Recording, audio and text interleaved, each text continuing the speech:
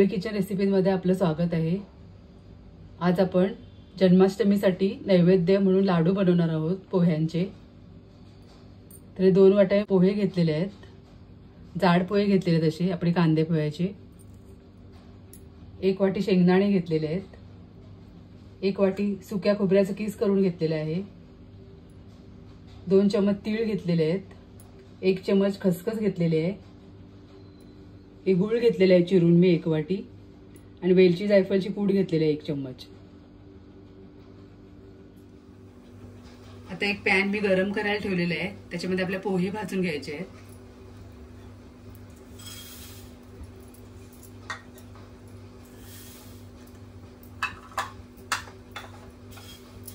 चांगले कुरकुरीत आपल्याला पोहे भाजून घ्यायचे आहेत,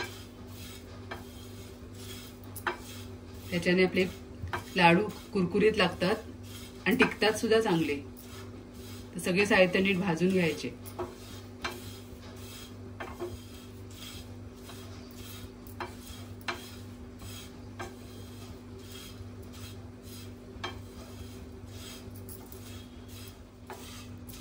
अगदी 2 ते 3 मिनिटात आपले पोहे भाजून होतात। असे हातावर चोरले तर असे पावडर झाली पाहिजे इतपत भाजायचे आहेत आपल्याला कुरकुरीत। आता हे माझे पोहे भाजून झालेले आहेत, मी काढून घेते। त्याच पॅन मध्ये आपण आता शेंगदाणे भाजून घ्यायचे आहेत। शेंगदाणे सुद्धा चांगले भाजून घ्यायचे आहेत। हे लाडू आपल्या घरच्या साहित्यातच बनतात, आपल्या घरी जे साहित्य उपलब्ध आहेत त्याच्यामध्येच बनतात। तर नक्की ट्राय करा घरी, टेस्टी सुद्धा होतात।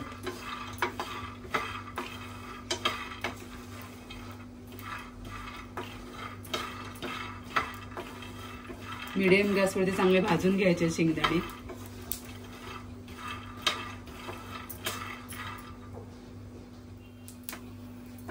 आता 2-3 मिनिटात आपले शेंगदाणे सुद्धा भाजून झालेले आहेत, ते पण काढून घेते मी। आता आपल्याला खोबरं भाजून घ्यायचंय, सुकं खोबरं।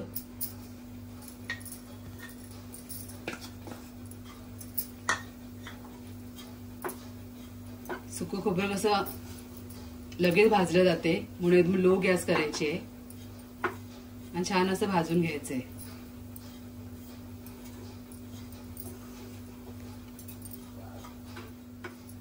आता खोबऱ्याबरोबरच आपण तीळ भाजून घेऊया।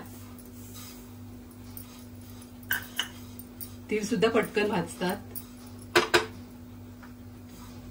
आता खसखस सुद्धा घालूया आपण भाजायला। कमी वेळात भाजणारे साहित्य आहेत, म्हणून एकदम लो गॅसवरती भाजायचे आहेत।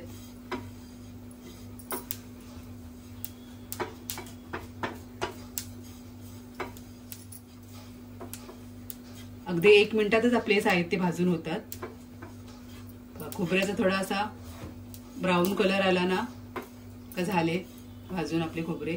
तर आपण गॅस बंद करून हे सगळं थंड करून घेऊया। आता आपले पोहे थंड झालेले आहेत। आता ज्या मिक्सरच्या भांड्यामध्ये मी सुकं खोबरं वाटून घेतले, त्याच भांड्यामध्ये मी पोहे वाटून घेते। हे पोह्यांची आपण पावडर करून घेऊया।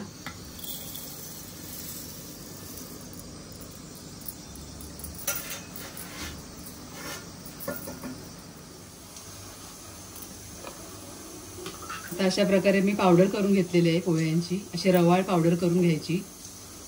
आता एका ताटामध्ये मी काढून घेते।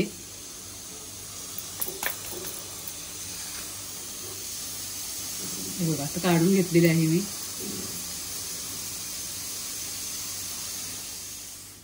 आता मिक्सरच्या भांड्यामध्ये मी शेंगदाणे घेतलेले आहेत भाजलेले,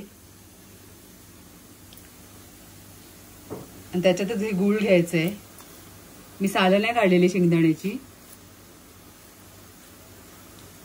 1 वाटी असा गूळ आपण घेतलाय, तो शेंगदाण्याबरोबरच वाटून घ्यायचा आहे आपल्याला।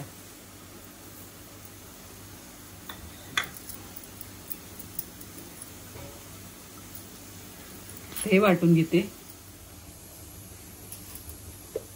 तर गूळ शेंगदाणे मी असे वाटून घेतलेले आहेत एकत्र। आता आपण ते पोह्यांच्या पावडर मध्ये घालूया। एकत्रच काढायचं आहे आता सगळे साहित्य.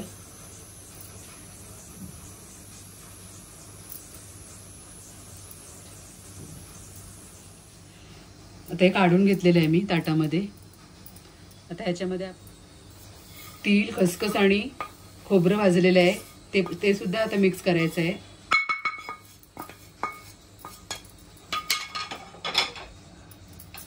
आता एकत्र सगळं मिक्स करून घ्यायचं आहे.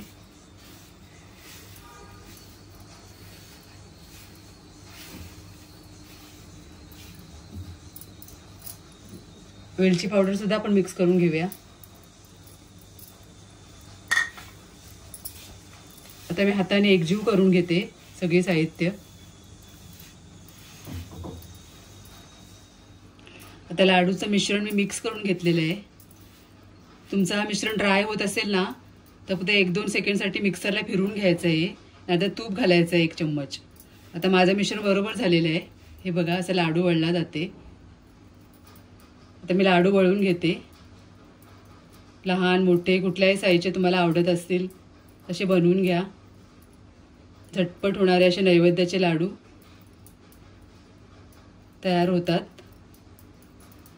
हे बघा इझिली असा लाडू आपला तयार होते. असे मी सगळे बनवून घेते. अशा प्रकारे आपले झटपट नैवेद्याचे पोह्यांचे लाडू तयार आहेत. तुम्ही सुद्धा या पद्धतीने नक्की बनवून बघा. रेसिपी आवडली असेल तर नक्की लाईक करा, शेअर करा आणि आपल्या चॅनलला नक्की सबस्क्राईब करा. धन्यवाद.